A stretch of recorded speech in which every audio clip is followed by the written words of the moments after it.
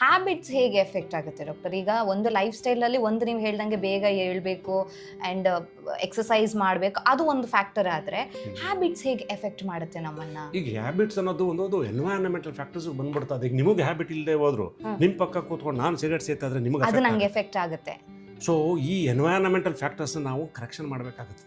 ಈಗ ಅದು ಹೊರಗಡೆ ಹೋಗ್ತೀರ, ಅದು ಹಾಗೆ ಆಗುತ್ತದು. ಒಂದು ಡಸ್ಟ್ ಬರುತ್ತೆ, ಅಲರ್ಜಿ ಇರುತ್ತೆ, so much of things we are expose to that all those things. ಅದನ್ನೇನು ಅವಾಯ್ಡೇ ಮಾಡೋಕ್ಕಾಗ್ತಾ ಇಲ್ಲ. ಈಗ ಹ್ಯಾಬಿಟಲ್ಲಿ ಏನಾಗ್ತದೆ, ಅದು ಒಂದು ನಾವು ಅದೇ ನಮ್ಮ ಎಲ್ಲ ದಿನಚರಿ ಲೈಫ್ ಸ್ಟೈಲಲ್ಲಿ ನಾವು ಯಾವಾಗ ನಮ್ಮದು ಒಂದೊಂದ್ಸರಿ ಸ್ಟ್ರೆಸ್, ಈ ಸೈಕಲ್ ಯಾವಾಗ ಬ್ರೇಕ್ ಆಯಿತು, ನಾನು ಹೇಳಿದ್ದು ಒಂದು ಸೈಕಲ್ಲು ಬೆಳಗ್ಗೆ ಹೇಳೋದು ಎಕ್ಸಸೈಸ್, ಆ ಸೈಕಲ್ ಯಾವಾಗ ಬ್ರೇಕ್ ಆಯಿತು again it comes back to that same. ನಿಮ್ಮ ಕ್ವಶನ್ಗೆ ಅದೇ ಆನ್ಸರು.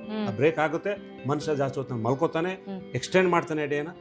ಏನೋ ಒಂದು ಎಂಜಾಯ್ ಮಾಡೋಕ್ಕೆ ಅಂತ ಆತರಿತಾ ಇರುತ್ತೆ ಮನಸ್ಸು. ಏನೋ ಒಂದು ಮಾಡಬೇಕು, ಸ್ಟ್ರೆಸ್ನ ಹೆಂಗೆ ರಿಲೀವ್ ಮಾಡ್ಕೋಬೇಕು.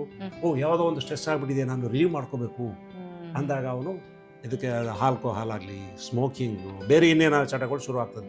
ಸ್ವಲ್ಪ ಒಂದು 5 ನಿಮಿಷ ಮರೆಯೋಣ, ಅದು 1 ಅವರ್ ಮರೆಯೋಕ್ಕೆ ಅಂತ ಹೋಗ್ತದೆ. ಅದು ಅಭ್ಯಾಸ ಆಗಿ ಆಗಿ ಆಗಿ ಆ್ಯಕ್ಚುಲಿ ಸ್ಪಿರಿಟ್ ಅನ್ನೋದು, ಆ ಆಲ್ಕೋಹಾಲ್ ಅನ್ನೋದು ಮೊದಲೆಲ್ಲ ಹಿಂದಿನ ಕಾಲದಲ್ಲಿ ಅದು ಒಂದು 3 ಎಲಿವೇಟರ್ ಅಂತ ತಗೊಳ್ತಾ ಇದ್ದು.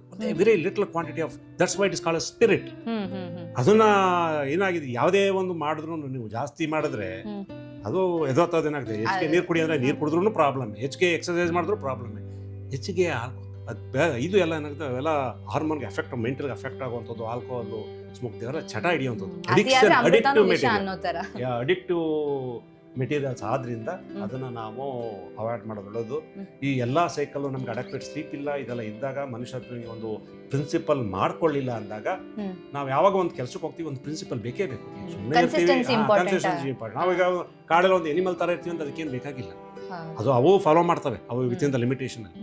ನಾವು ಇಲ್ಲಿ ನಾವು ನ್ಯಾಚುರಲ್ ಆಗಿ ಬದುಕಿ ಹುಟ್ಟಿ ಒಂದು ಪ್ರೆಸೆಂಟೇಷನ್ಗೆ ಇರುತ್ತೆ. ಒಂದು ಬಟ್ಟೆ ಹಾಕೋ, ಅಲ್ಲಿಗೆ ಹೋಗ್ಬೇಕು, ಆ ಬಟ್ಟೆ ಹಾಕೊಂಡು ಹೋಗ್ಬೇಕಪ್ಪ, ಇಲ್ಲಿಗೆ ಹೋದ್ರೆ ಈ ಥರ ಇರಬೇಕು, ಹೀಗೆ ಥರ ಇರಬೇಕು, ಏನೋ ಒಂದು ಚೌಕಟ್ಟಿನಲ್ಲಿ ಬೆಳೀತಾ ಇದ್ದೀವಿ ನಾವು.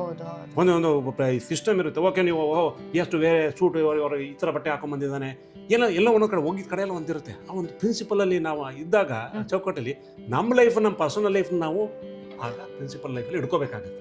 ಇದೆಲ್ಲ ಈಗ ಹೊರಗಡೆ ಹೋಗ್ತೀವಿ, ಹೊರಗಡೆ ಹೋಗಿ ಟ್ರಾವೆಲ್ ಮಾಡಿ, ಅವರು ಡೆಲ್ಲಿಗೆ ನಾಳೆ ಎಲ್ಲ ಹೋಗಬೇಕು, ನಾಳೆ ದಿನೆಲ್ಲೋ ಟ್ರಾವೆಲ್ ಮಾಡಬೇಕು, ಅವ್ರಿಗೆಲ್ಲ ಆಗೋದಿಲ್ಲ ಅವ್ರಿಗೆ ಚೇಂಜ್ ಮಾಡಲಿಕ್ಕೆ.